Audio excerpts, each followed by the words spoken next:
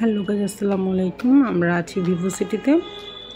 ভিভোসিটি থেকে আমরা চড়বো মোনোরেলে করে যাবো আমরা সন্তোষ আইল্যান্ডে। এই জন্য আমরা ওয়েট করছি। ভিভোসিটির অনেকগুলো ভিডিও অলরেডি আমি দিয়েছি আমার চ্যানেলে, চাইলে দেখে নিতে পারেন।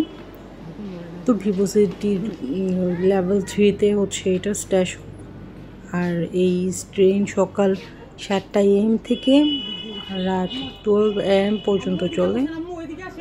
এর মধ্যে সারাদিনই এই ট্রেন চলতে থাকে ঘন্টায় ঘন্টায়। এই জন্যে সন্তোষ আইল্যান্ডে যাওয়া নিয়ে খুব একটা প্রবলেম হয় না। তবে এটার পার টিকিটের প্রাইস পড়ে $4 করে। আপনারা যাওয়া আসার টিকিট একই সময় করে নিয়ে ফেলতে পারেন। তবে প্রচুর ভিড় থাকে।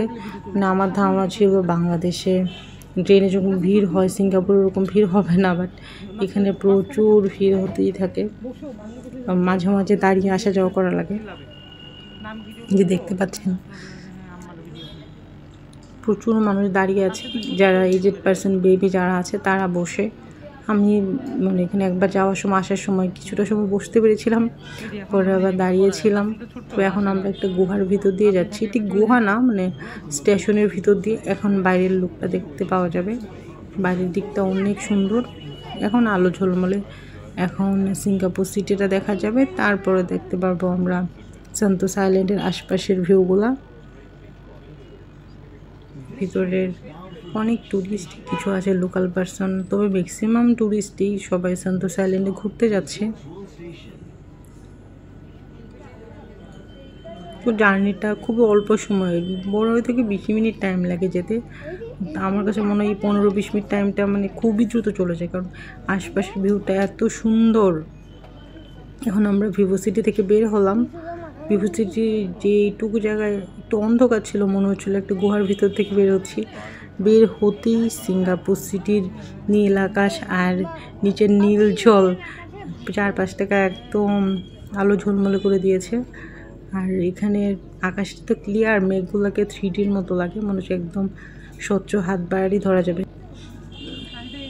তো জানালার গ্লাসের জন্য আশপাশের পরিবেশটা আসলে খুব স্পষ্ট দেখানো যাচ্ছে না, কিন্তু খুবই সুন্দর। আর কিছুক্ষণের মধ্যে আমরা সন্তোষের ভিতরে প্রবেশ করব। এখন আমরা সিঙ্গাপুরেই আছি। সন্তোষে যাওয়ার শুরুতেই গেটের মধ্যে আপনারা সন্তোষের বিশাল করে লেখা দেখতে পারবেন। অনেক বিশাল করে লেখা আছে বেশ কয়েক জায়গায় সন্তোষ আইল্যান্ড। এই জন্যে ঢোকার সাথে সাথে আপনারা বুঝতে পারবেন। আর নিচের রাস্তাগুলোও খুবই সুন্দর, পরিপাটি করে সাজানো, কোনো ধুলাবালি ময়লা নেই। আর গাছগুলো খুব সুন্দর করে সাজানো আছে।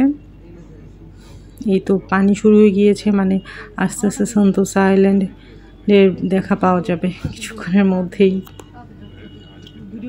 সন্তোষ যেহেতু দ্বীপ, এই জন্য এর আশপাশে আসলে পানি। এই পানির উপর দিয়ে এরকম রুট তৈরি করা হয়েছে, ফ্লাইওভার তৈরি, ওভারব্রিজ, এগুলোর উপর দিয়ে এরকম ট্রেন যায়, কেবল কার যায়।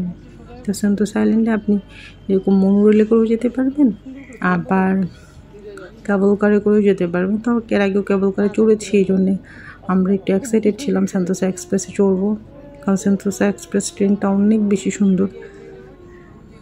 প্রচুর ট্যুরিস্ট, তো এই জন্যে ভিতরটা খুব ভালো করে দেখাতে যেতে পারছি না, কিন্তু খুবই সুন্দর ট্রেন। আর এত দ্রুত চলে, মানে অনেক স্পিডে চলে। সিঙ্গাপুর সিটি থেকে সন্তোষ আইল্যান্ডের যথেষ্ট দূরত্ব, বাট 15-20 মিনিটের মধ্যে চলে যায়। কিন্তু খুব মানে মনে হচ্ছে যে ঝাঁকুনিই নাই, অনেক স্পিডেই চলছে, কিন্তু খুব একটা ঝাঁকুনি কিন্তু লাগছে না। অনেক উপর দিয়ে আমরা যাচ্ছি, তো এই জন্যে মনে হচ্ছে আস্তে আস্তে যাচ্ছে, অ্যাকচুয়ালি কিন্তু অনেক জোরেই যাচ্ছে ট্রেনটা। তো আমি চেষ্টা করছি যতটা সম্ভব একটু দেখানোর জন্যে।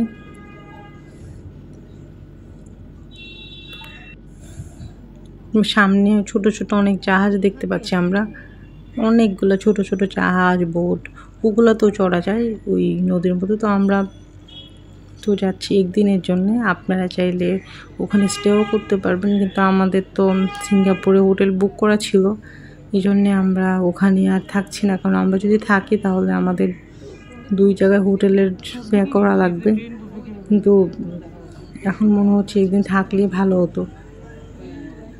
এই তো যে ফুল গাছগুলোর পরই সন্তোষ আইল্যান্ড শুরু হয়ে যাবে। কিছুক্ষণের মধ্যেই আমরা সন্তোষ আইল্যান্ডের সাইনবোর্ড দেখতে পারবো, কারণ আমি এর আগেও দেখেছি এই ফ্লাওয়ারগুলো যখন শুরু হয় তার কিছুক্ষণ পরই সন্তোষ আইল্যান্ড শুরু হয়ে যায়। তবে এই ট্রেনের ভিতরে একটা মজার ব্যাপার হচ্ছে কেউ না সিটে বসার জন্য কাড়াকাড়ি করে না।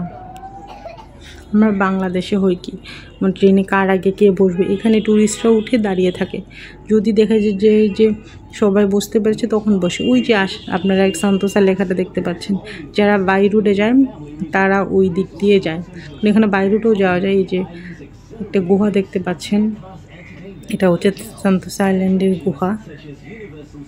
একদম অন্ধকার, কিছুক্ষণের মধ্যে আমরা স্টেশনে পৌঁছে যাব। গুহার ভিতরে ঢোকা মানে স্টেশনে পৌঁছানো, কারণ স্টেশন থেকে বের হওয়া বা যাওয়ার আগে একটা গুহার মতো কেমন যেন অন্ধকার জায়গা থাকে। যে আমরা সন্তোষাতে প্রবেশ করে ফেলেছি, এটা সন্তোষ আইল্যান্ড। কিছুক্ষণের মধ্যে স্টেশন দেখা যাবে। এই যে টুরিস্টরা আস্তে আস্তে নামার ব্যবস্থা করছে, সবাই সামনের দিকে এগুচ্ছে। তা আমরাও সামনের দিকে এগুবো, আস্তে আস্তে আস্তে আস্তে নেমে যাব। তো তাহলে আমাদের সাথে সন্তোষ আইল্যান্ড ঘুরে দেখার জন্যে সবাই খুব সুন্দরভাবে আগে নামে, তারপরে সবাই উঠে। সব এদিকে সব কিছু খুবই সুন্দরভাবে হয়, কেউ তাড়াহুড়া করে না, সবাইকে যেমন নামতে দিচ্ছে সিরিয়ালে সবাই নামছে, এবার আস্তে ধীরে সবাই উঠবে। আমার সন্তোষা ভ্রমণে আপনাদের স্বাগতম, সাথেই থাকুন। আর আমার সন্তোষের ভিডিওগুলো দেখতে চাইলে চ্যানেলটা সাবস্ক্রাইব করে রাখতে পারেন, আর যদি সাবস্ক্রাইব করে থাকেন অসংখ্য ধন্যবাদ। আর আমরা এখন সামনের দিকে এগোবো, দেখি কোথায় ঘুরতে যাওয়া যায়, কারণ এটা তো একটা শপিং মলের মতো লাগছে। দেখি এখান থেকে নেমে কোথায় যাওয়া যায়, কারণ আমরা একটা সিঁড়ি দেখতে পাচ্ছি। আমি আসলে দাঁড়িয়ে আছি ট্রেনটা যাওয়ার জন্যে, ট্রেনটা যাবে আমি ওইটা ভিডিও করবো, বাট যাচ্ছে না। আর এইসব জায়গা না বেশিক্ষণ দাঁড়াতে দেয় না, ওরা চলে যাওয়ার জন্য রিকোয়েস্ট করতে থাকে। তো যখন ট্রেনটা চলে যায় জন্য কোনো অ্যাক্সিডেন্ট না হয় এই জন্য এই যে ডোরগুলো এভাবে ক্লোজ করে দেয়, এদিক দিয়ে মানুষ আসা যাওয়া করে। যখন ট্রেন আসবে তখন ওরা এই ডোরগুলো ওপেন করে দেয়। আমি দাঁড়িয়েছিলাম এই ট্রেনটার একটু ভিডিও করার জন্য, আপনাদের একটু কাছ থেকে দেখানোর জন্য। সন্তোষা এক্সপ্রেস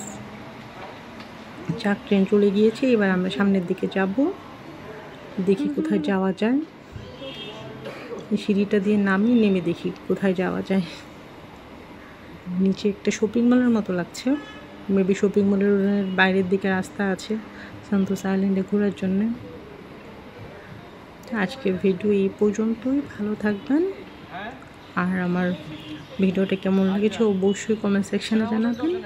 আর ভিডিওটা ধৈর্য ধরে দেখার জন্য থ্যাংক ইউ।